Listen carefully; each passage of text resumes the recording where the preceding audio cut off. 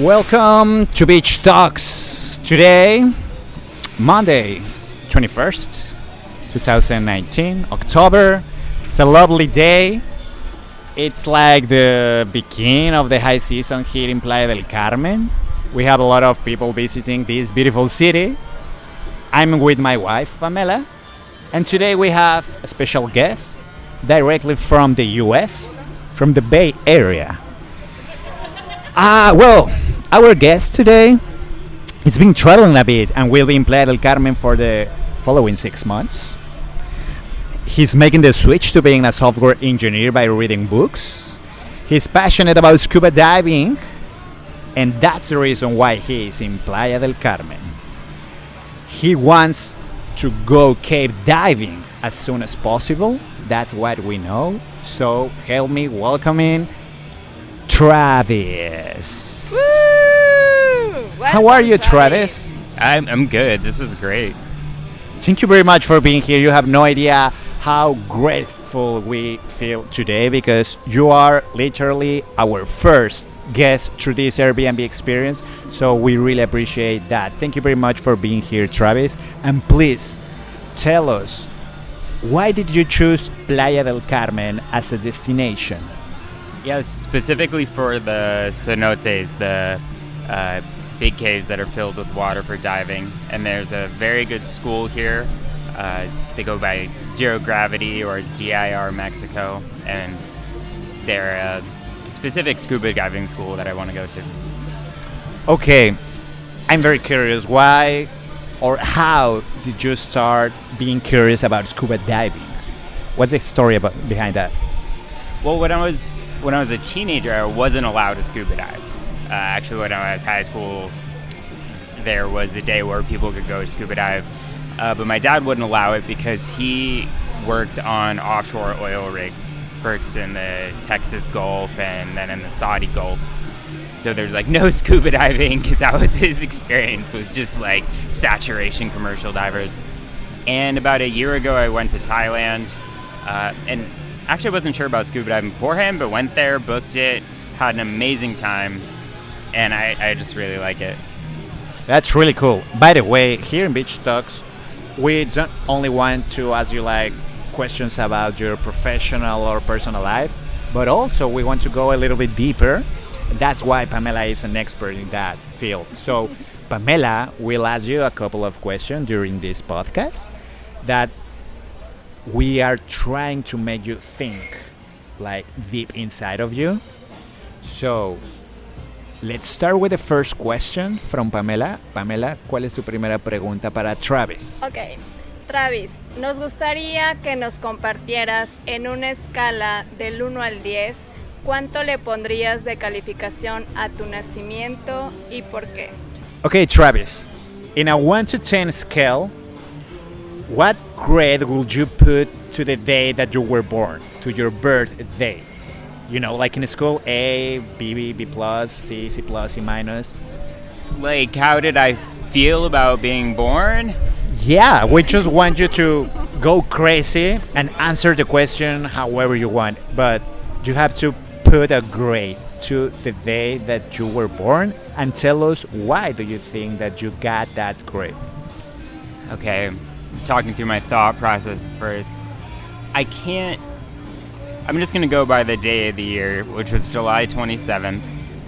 And I can't think of a much better day. You know, the only bummer was that when I was a kid, it would be the summer break. So I never got to have, like, the sort of class party, that kind of thing. Like, oh, it's Travis's birthday. Otherwise, it's great. So I'm going to give it an 8. Okay, so what will that still need in order to get to a 10? I think if it was a little later, like a late September birthday, that's really solid. My girlfriend's birthday, October 4th, that's a really good one. Okay, and what about the circumstances in the specific day that you were born? Which year were you born? So I was born in '88, so now everyone knows exactly how old I am and how to probably log into my bank account. But you decided to answer the question. Right, exactly. No, I I was aware. You can probably see this on Facebook. So, born in '88, I think it was a good time. Like, I remember not having the internet. I remember that as well. So Right. I got you. Yeah, and I think I remember like getting it, and it was this thing. Or when you wanted to have information, you had to go somewhere with that information, like physically. That's just crazy. You know, if you want, like, oh, where's Serbia? Well, I need to go to a place with an atlas, also a somewhat recent one that's been updated. That is just totally different, especially as a child, because I had to get on like my bike if I had a question. I couldn't even drive to the library. And then all of that changed. Now it's like you can be anywhere, know anything. But that's kind of a blessing, right? Because I'm blessed that I had to ride a bike in order to go to a library or touch people, you know? Because now you don't have either to touch people. It's like, you don't have to even know how someone looks like, right? It's like, oh yeah, I have a lot of friends, but I've never seen them. But that's very interesting. By the way, it's interesting because you took like the technical side of the answer because you are a software engineer, right? Yeah. Which follows the next question. Why did you choose that field specifically, software engineer? Yeah, so I worked as a software engineer for a few years. I don't exactly do it full time now, but in a related job. I was doing it kind of as a hobby, and was working as a pilot at the time, and I owned a small flight school, so I taught people to fly airplanes. And I decided to do the switch, and the idea was that I would do software for a career, because it seemed like a better career. You get paid more, I guess, mostly. Or at least for me, it would be different, because I don't want to fly for the airlines. Okay, hold on. Yeah. So, we're talking to a pilot. Estamos hablando con un piloto. Man, you look like a pilot. I mean, I don't know, Pamela wanted to be a flight attendant. Tú querías ser aeromoza cuando eras más joven. Parece piloto, ¿no? Sí. Because pilots look like you. They are handsome. Thank you. They, you know, when they're walking in the airport, it's like superheroes. And you, I mean, you just need those things that they use on the shoulder, but you look like a pilot, definitely. They are mostly bearded, right? Ajá. So, okay, that's something we didn't know about Travis, which is making this podcast very interesting, but keep going. Yeah, and then I wanted to do the switch for the career because I knew I liked it. And I wasn't sure where I would go, but I just like trying different things, and I got a job as a software engineer, which was great. And that's kind of what took me to San Francisco from Sonoma. Okay. Pamela, another question for Travis, please. Ok. Si pudieras viajar al pasado y revivir un día, ¿cuál sería? Okay, that's a very cool one. If you could travel to the past, you know, like Marty McFly in Back to the Future, if you could go to the past, which day would you choose in order to relive that moment from, well, you know, the 24 hours? Right. Man, there's like the easy pilot answer that comes to mind, which is 1903. Embarrassingly, I can't remember the date, but the first airplane flight in Kitty Hawk, I believe North Carolina. That's a good answer. That would be cool to see. First time someone flew an airplane. Okay, and what about your life experience? If you could go back to just one day of your life experience, which day will you choose? So am I just watching, or do I get to like change something? You can change, you know, everything if you want to.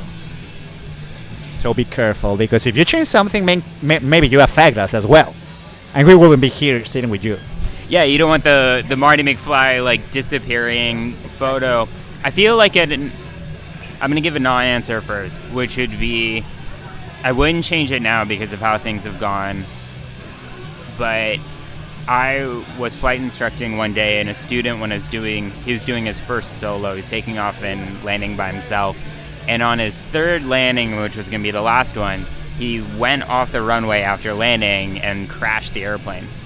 Okay.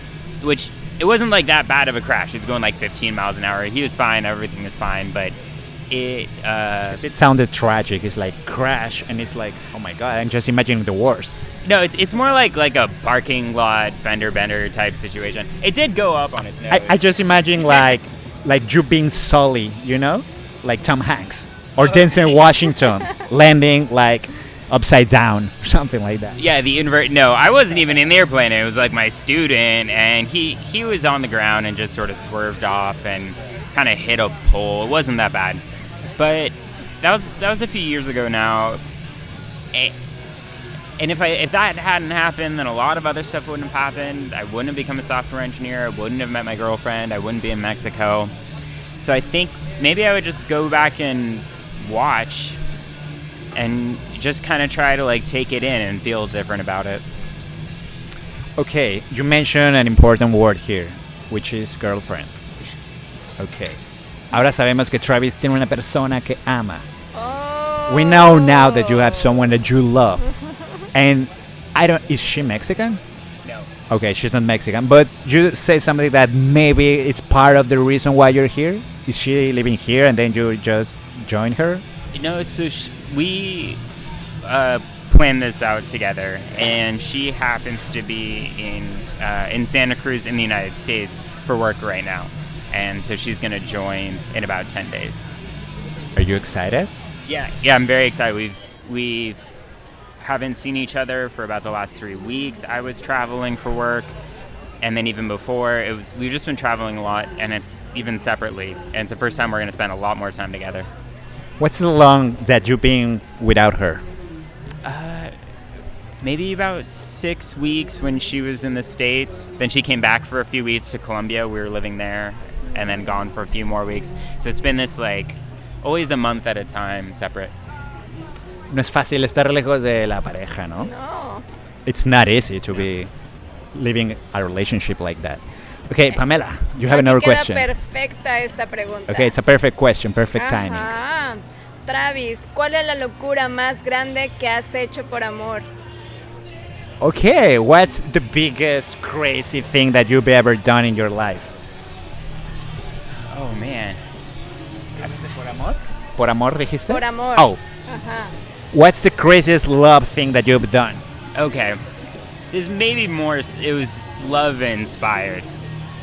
It was with Mars, my girlfriend, and when we had met, there was some kind of unsureness in the relationship early on, put it that way.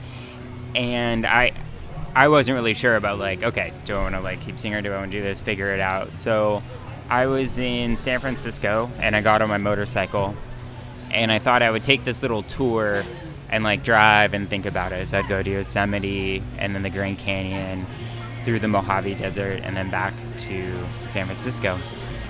And I got on the bike and I kind of just kept riding, and I rode basically nonstop to the Grand Canyon, which is a ways, right? I don't know, like 1,500 kilometers or something. And then just kept going and did the whole thing. I think it was like 1,700 miles in 40 hours. And I was just thinking about her a lot. That's what kind of it was for. And decided, yeah, when I got back, like, let's have this relationship. Wow. Okay, well, Pamela, by the way, is a sportswoman. She's a personal trainer, so she knows what you're talking about in order to, that kind of endurance. ¿Sabes de lo que habla Travis? Sí, claro. ¿Quieres hacerle otra pregunta, Travis? Sí. Sí, okay, venga. Pamela has another question for you. Travis, ¿has tenido una experiencia cercana a la muerte? Oh, we are close to the Day of the Dead here in Mexico. You know that? You know that tradition? Okay. Have you ever had a, close to death experience?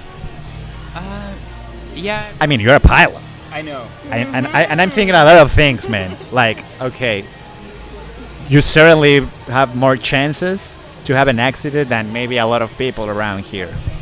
Yeah, I've had a few stuff that I don't know if I was really that close in an airplane. I mean, I've been in an airplane when the engine died, but it wasn't a big deal. We're really high, and we just like turned it back on again. We were doing aerobatics. I'm impressed how you say, like, yeah, the engine died. I was in an airplane. It was not a bad thing. It's like, well, if my engine died and I'm in a car, I'm concerned, and you're on the air. It's like, man, you have a great mindset. I like that. But is that the unique close to death experience that you have had? No, I mean, one time I was flying across Texas, and I was in an airplane from 1946, and some really bad weather came in, and just kind of kept getting lower and lower and lower, the clouds. It's sort of a short version, but we found another airport and landed there. It's funny because it was a private airport, like it's just their runway, but they knew why we landed. They were super nice. Okay, well, I want to know. Well, by the way, I mentioned that Pamela is a sportswoman. She's a personal trainer. I'm an independent filmmaker as well, and I directed a short documentary 2 years ago about scuba diving. So, I've never done scuba diving, but I directed a short film about scuba diving. It was a story about a person who couldn't walk, so he does scuba diving in order to connect with life again and find a purpose. So he makes scuba diving. He does scuba diving with sharks, which is like kind of a risky activity. I don't know if you ever done something like that. Yeah, I've I think gone diving with sharks twice. I think there were sharks when I was in Hawaii, and then there were definitely sharks when I was in Thailand. But they were like small ones, like 4-foot black tip, not like the great whites. Which is kind of relative because there are a lot of animals or even insects that are so tiny and small, but they can kill you. You know, there's these things that just with a bite is like you're dead.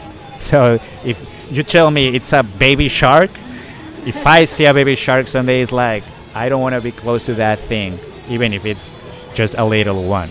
I once saw a baby snake in a parking lot, and I thought it was a garter snake, which is a non-venomous type of snake we have in Sonoma. And I was like, I can pick it up. That's a thing I can do. And did it bite you? No, because it started coiling up and then like viper type snakes do. Which sometimes I'm like, look, it's pretending to be a rattlesnake, which is a defensive thing. And then it starts shaking its tail, and I'm like, oh, that's just a rattlesnake. And I had already pet it, like. So that was the time I pet a rattlesnake. Dude, you like danger, don't you? No, because, like, I didn't know. I didn't choose. I thought I was just touching a snake, not a rattlesnake. I thought I was flying an airplane, not an airplane when the engine would shut off. You're right. Okay. Let's keep talking about scuba diving because I'm very interested in your point of view about that activity. I've never done that, so why would you recommend people who haven't tried it to go and scuba dive? What's the experience? Yeah, for someone who's just never done it, wants to do something fun, it's very different from just about everything else. And for me, that alone is a reason enough to try something once. And, even if you don't like it after that. You can see amazing things. There's like 2/3 of the world, something like that, is water. So even if you've been over the whole world on land, you haven't seen most of it. And especially at the beginning level, it's like easy. It's pretty safe. You go to a good place. It's chill. Okay, because in my documentary experience, the main character of this story told me that he decided to do scuba diving because that's the only place where he literally forgets about that he can walk. It's like, I just don't think about that I can't move my legs. So in your case, how do you feel when you're deep down inside in the ocean? Yeah, it's a great feeling. And for me, it's a lot like flying an airplane. It's a lot more like operating a vehicle than anything on land, like doing with your body, like doing like weightlifting or running or wrestling. Like those still feel like you're in a body. But when you're scuba diving, because the mechanisms of movement are so different, like kicking to swim or taking a deep breath to go up, it's more like operating a vehicle, which is fun. Cool. By the way, when I directed that documentary, I was on the sea on the air and on the ground in the same day, and it was kind of crazy. I mean, I never dive, which is a shame because it will be so cool to be like diving, then driving on the highway, and then flying on an airplane in less than 24 hours. Is like, oh, that's so crazy and amazing feeling. Have you ever done something like that, like being in the air, diving, and then like driving or running or whatever, like a kind of an Iron Man kind of thing? I think I've done similar stuff, but first, you shouldn't fly too soon after diving. It's actually kind of dangerous, but you can fly and then dive, so just in case you ever want to do that thing you're talking about. Yeah, that's a very important, advertise for people who wants to do it in the same day. In my case, I didn't dive, so I wasn't on risk. But yeah, I didn't know that. Thank you very much for that kind of advice. Maybe one of the closest was there was a time where I was flight instructing a good amount. So I'd fly the small airplane and then get on a motorcycle that I had and then ride that to do a ropes course, which is where we do this like team building activities and things like zip lines and stuff up in redwood trees. So it'd be like being up super high and then come back down and then go up again, and that seems the closest. Okay. Pamela, another question for Travis. Travis, si perdieras tus sentidos y solo pudieras conservar uno, ¿cuál sería? That's a great question. What sense would you keep if in a hypothetical future you lose all your senses? Which will be the only one that you keep? I think I'm gonna go sight. What? Sight is really important for like a lot of things I do, and at least you can also communicate. Like you can pretty easily receive a lot of communication, so people could like type things out and I could read it. That would be okay, even if I can't hear, even if I can't feel. The idea of say like only being able to feel is really scary, but the sight would be okay. Okay, so you won't regret even like that you will never be able to listen to music again or to any kind of sound or the voice of your hypothetical, son or daughter or whatever. You won't regret that? That would be terrible. I mean, again, I didn't want to lose all but one of my senses. I know it's a tricky question. It's very tragical, but that's the only other one in play is sound. So if you could only hear everything that was going on, I think you'd be less independent. So it's more this like able to receive more because I can like hear someone's voice and I can hear music, but I feel like I'd be kind of more dependent on other people. Okay, Travis preferiría ver. Okay, muy bien. So, what were you doing before making that decision of coming to Mexico and live here in Playa del Carmen? How was your life back then in the Bay Area? Yeah, so actually I wasn't living in the Bay Area when I decided to come. Kind of skipping back in April, Mars, my girlfriend and I decided to visit Medellin in Colombia for 7 weeks, and then when we were there we decided not to come back. So that was like starting in April, and then we were there for about 6 months. That was where we decided to come here. And then in between Colombia and here, I was in Europe for a few weeks. Pamela, do you have another question for Travis? Por el momento no. Okay. Well, so I want to know, Travis, how did you know your girlfriend? How did you meet her? Yeah, so What's your love story? we met at a software engineering meetup in San Francisco, and I had moved to San Francisco about 6 months earlier, and she went to an all-girls coding boot camp, and I was from a company trying to recruit from there. And when I was in San Francisco, I was very intent on like meeting a girlfriend, but I decided when I go there, I'm gonna be good.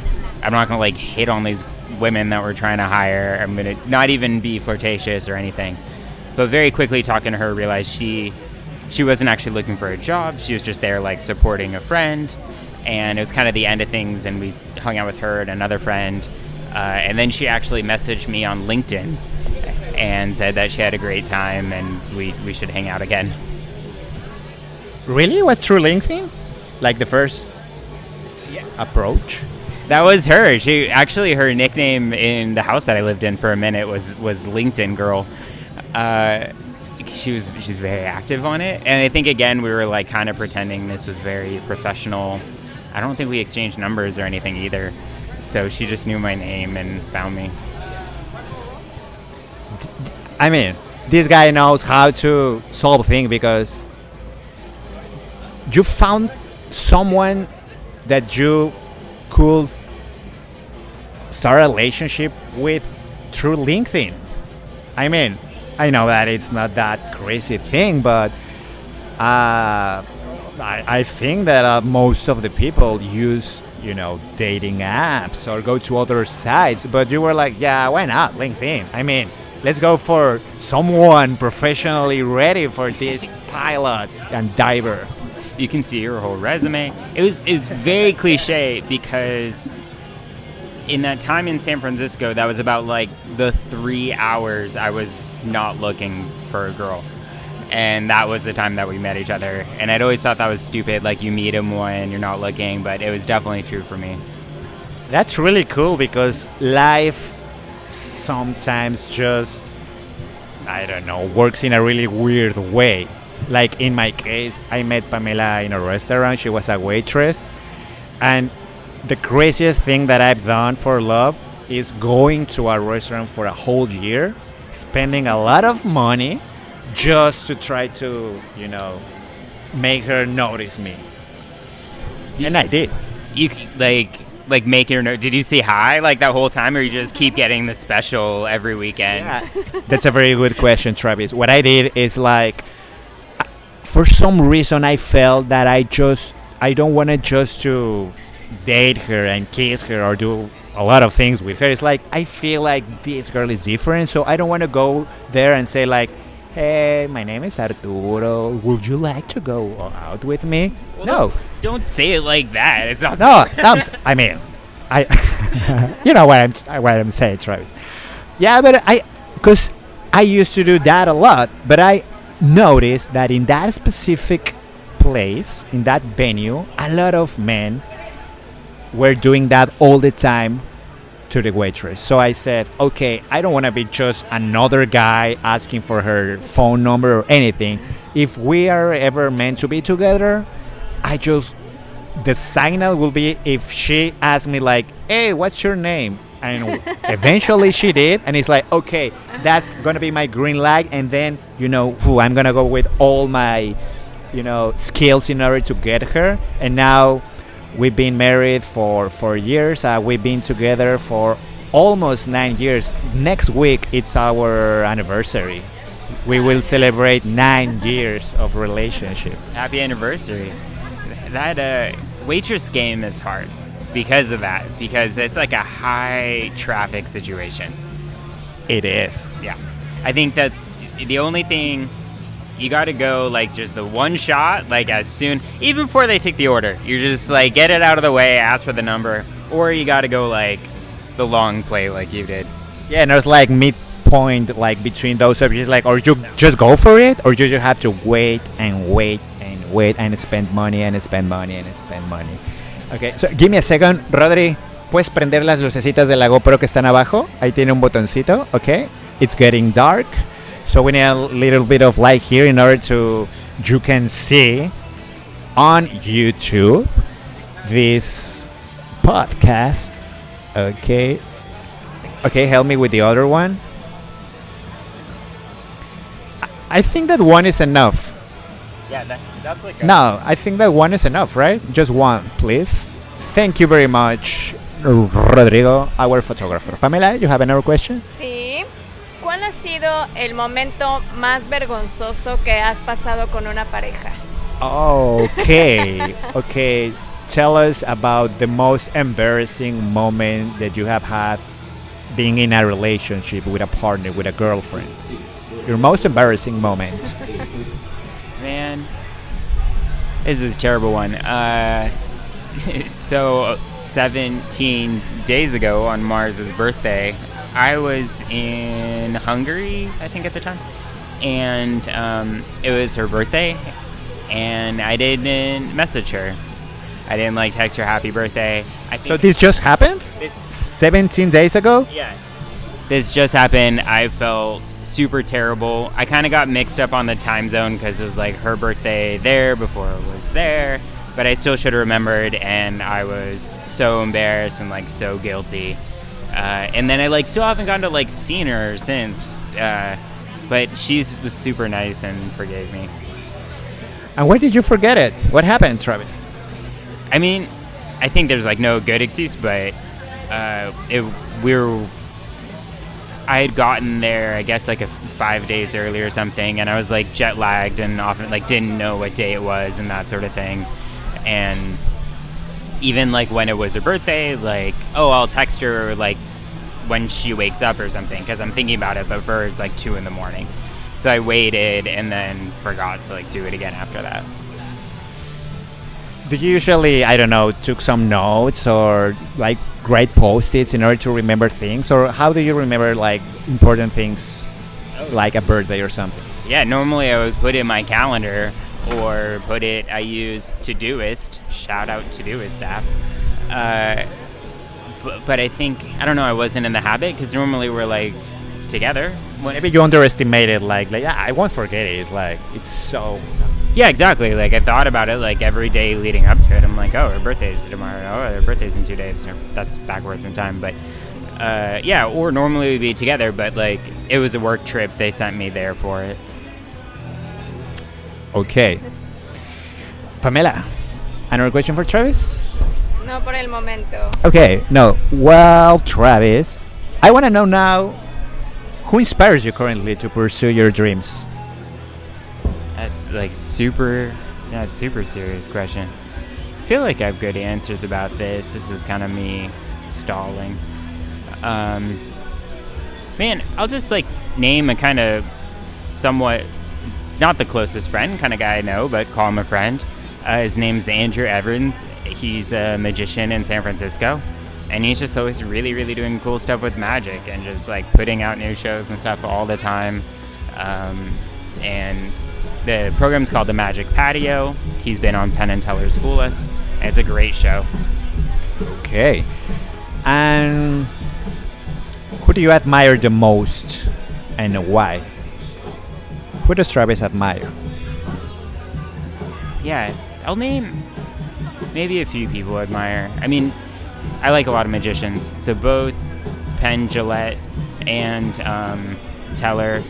I think I also admire people who I'm really interested in what they have to say.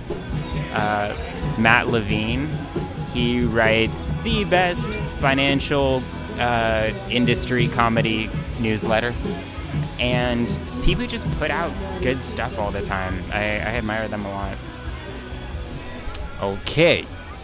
We need to research for that person because it sounds really interesting. And what about your hobbies? What about your hobbies, Travis? Tell us about your hobbies. What do you do when you have, I don't know, a couple of free time just for you besides scuba dive?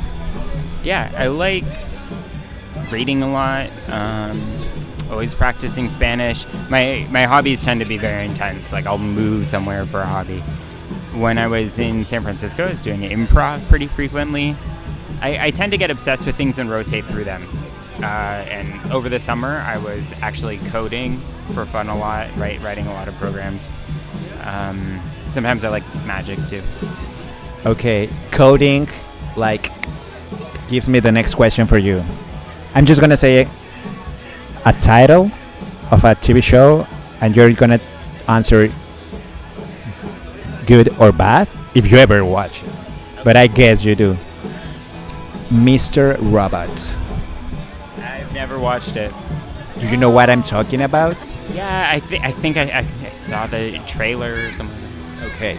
Well, it's a really great show, and not just in the kind of super fan point of view, but it's very interesting how software technology or hackers or smart people can change the world with this kind of, technology.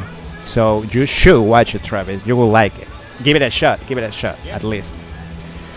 So regarding the your Spanish skills, we prepared Spanish lessons for you. Quick Spanish lessons with Pamela. Are you ready? Sí, estoy listo. Okay, so we're gonna help you to enhance your skills through a couple of sentences. So, first, do you know how to say when you're trying to buy something? Excuse me, how much does it cost? Do you know how to say that? ¿Cuánto cuesta? Pero no... sí, ¿cuánto cuesta? Sí. Yeah, you Solo te got it. faltó disculpe. Eh, Muy bien. sí, hay disculpe y perdóname también, ¿sí? That could be. Ah, sí, sí, sí. Perdón o disculpe, ¿cuánto cuesta? Excuse me, how much does it cost? Good, you have a good level. It's a basic level, but you got it. You got the first one right. Okay, do you know how to say, how can I get to when you're trying to find a place? How can I get... Oh, exactamente. ¿Cómo puedo ir a... Yeah, Es similar, pero got muy it. bien. Nailed it. ¿Cómo puedo llegar a...? Oh, llegar. Excellent. Llegar fue... llegar was a verb from like my Spanish lesson today. Should remember that. Okay, you're 2 of 2. You're doing great. Finally, do you speak English? Do you know how to say that in Spanish? Do you speak English? ¿Usted habla inglés? Bien, very muy good, very good. bien. So, you're probably in an A plus level, maybe. Awesome. What else can you tell us in Spanish? Okay, show us your skills now. Es un poco difícil cuando necesito piensa algo. Pero siempre es las mismas historias. Oh, ¿de dónde eres? Oh, soy de Francisco. ¿Por qué estoy en Colombia? ¿Tu novia es colombiana? Aquí pregunta, ¿tu novia es mexicana? En Colombia, oh, ¿tu novia es colombiana? No, es de Seattle. By the way, you're from the Bay Area. I don't know if are you into sports like baseball, football, or basketball? San Francisco Giants fan. Yeah. Okay. So there's a rivalry here because I'm a Dodgers fan. Yeah, I was. I don't know if I said I was born in Los Angeles, but I moved up when I was 1, and I've just never liked the Dodgers since. You hate them? I definitely in the like We hate each other, so don't worry. in the rivalry hate, right? Like in the rivalry hate. Are you following the postseason currently? The MLB postseason? Yeah, a little bit. I've been missing stuff because I haven't been able to see the games, but it's Astros and who else? Nats. Nats. Oh, right, because like the Nationals winning after Bryce Harper leaves would just be great. It's ironic. And we had a huge tragedy a couple of weeks ago. So all the Dodgers fans who are listening to this, we were just so close to get to the championship series, and tragedy happened. And I just think that all the San Francisco Giants fans were like, yeah, celebrating that tragedy. It's a real totally opposite teams of just like occasionally out of nowhere winning the World Series and no one thought it, versus tending to dominate the division year over year but not getting the ring. I know, and you have got the ring like 3 times this century, so you're doing really great. Better than us, and with less money. Okay, Travis, what's your favorite moment of your day? What's the favorite moment of your day and why? I like waking up because it's nice that transition. Maybe I remember some dreams. I'm still in bed, or maybe even that moment a little bit earlier where I'm like not sure if I'm awake yet or almost awake. Okay, su momento favorito, despertarse. Cool. We want to know as well what type of person do you want to be in the short term? You're going to spend the next 6 months here. Why are you here and why are you trying to find out, discover, learn?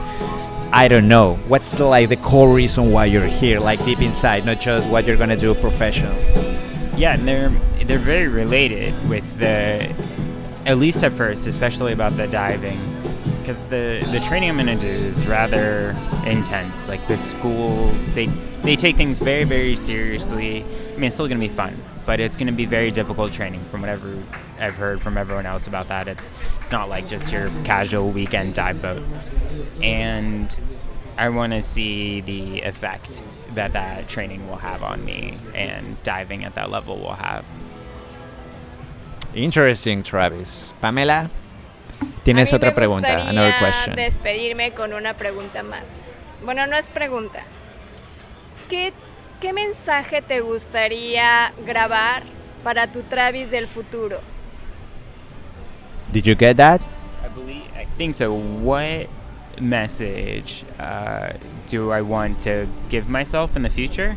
Yeah, what message would you give to your future self? Nice. I'm like giving advice to myself right now instead. I don't know. Just like relax and work hard and be sincere. Do you want to have family, get married, and those kind of things? Yeah, it'll be nice. We'll see how it all goes. What are your feelings regarding that? Are you a guy who is interested in like having a wedding, getting married, have family, have kids, and like that kind of things? Or maybe you just maybe rather to discover every day what will happen? I mean, I'm definitely like up for marriage in general. The kids would be such a big jump from how my life is today, right? This is like my 5th country, 6th in 6 weeks basically. So that would be a big change. But I've worked with kids a lot, like at the ropes course or camp counselors, and I've always really liked spending time with kids, so I'm not sure. How many countries have you visited, Travis? I think it's 11 or 12. Someone asked me recently. Have you covered all the continents? No, I'm missing Antarctica and Australia. You're doing great. Are you planning to go to the space? To outer space? Yeah. I mean, if they had tickets, I don't know. But even I like always buy the cheapest flight. Like, I'll go on like the just cheap Eastern European airlines. So I can't imagine like pony up for like a Virgin Galactic ticket or something. Because you like adrenaline, right? You like danger. Maybe it's on your plans like, yeah, why not? I maybe will go to space someday.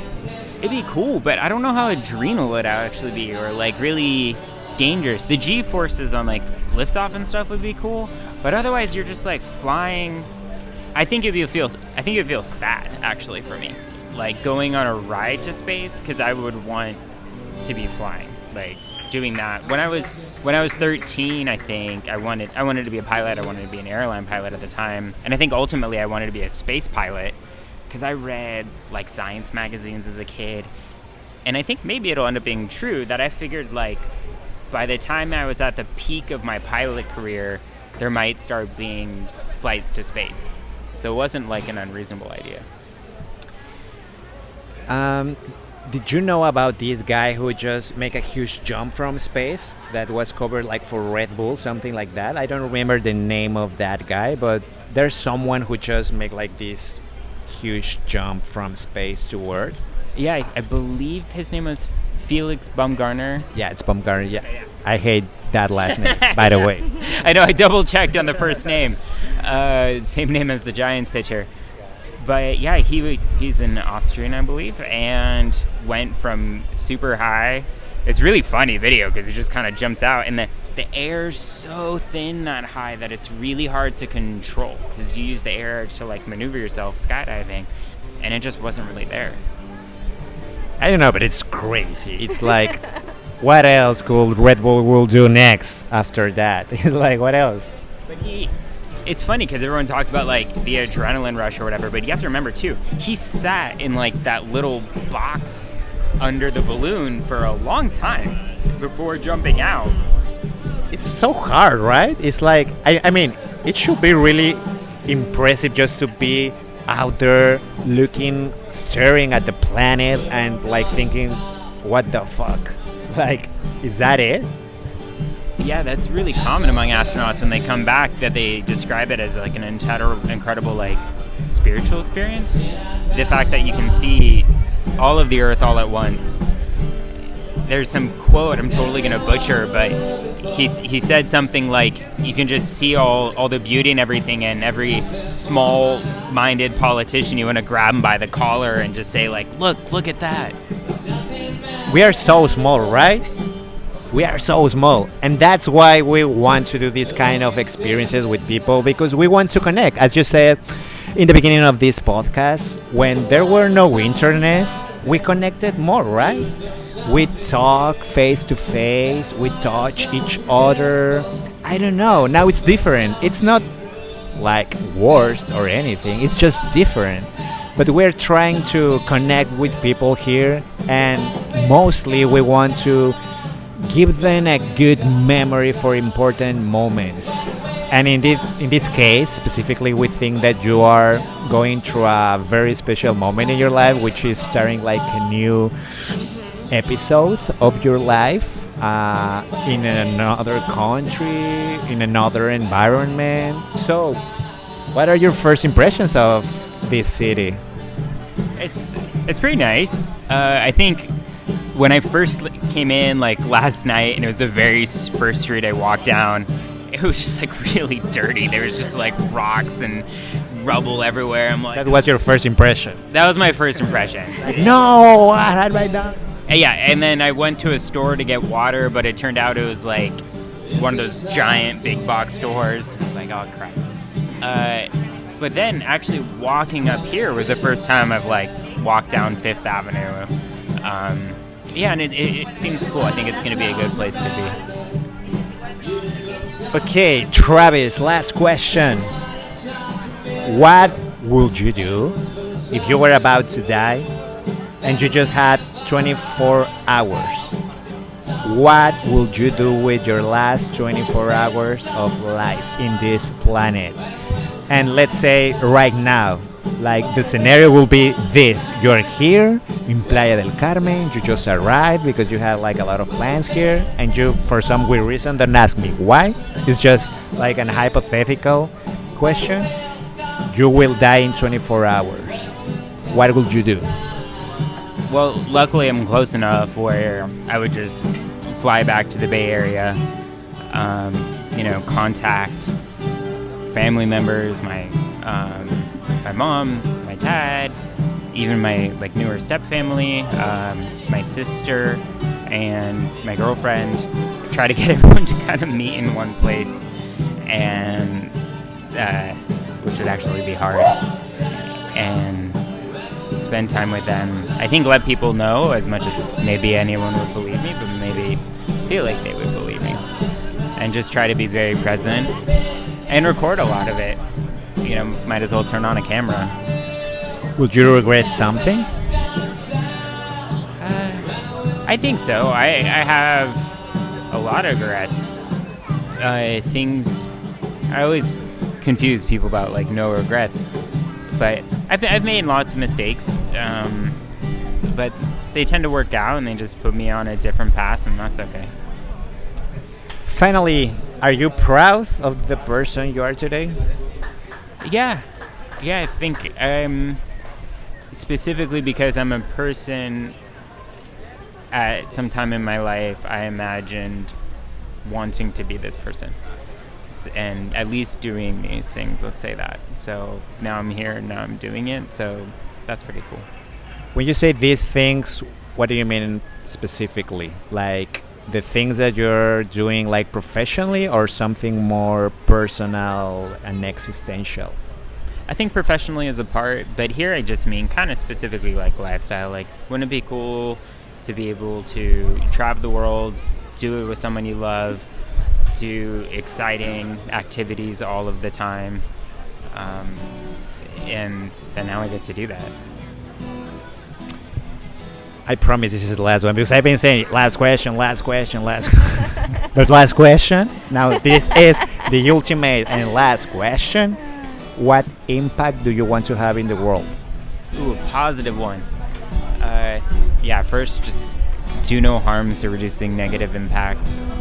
I want to have a very practical, positive impact on people through maybe things like donations for the poorest people in the world, have a positive impact on the environment by doing things like helping clean up the ocean, and a positive impact with the people around me by being sincere, hearing their thoughts and feelings, and sometimes giving good advice.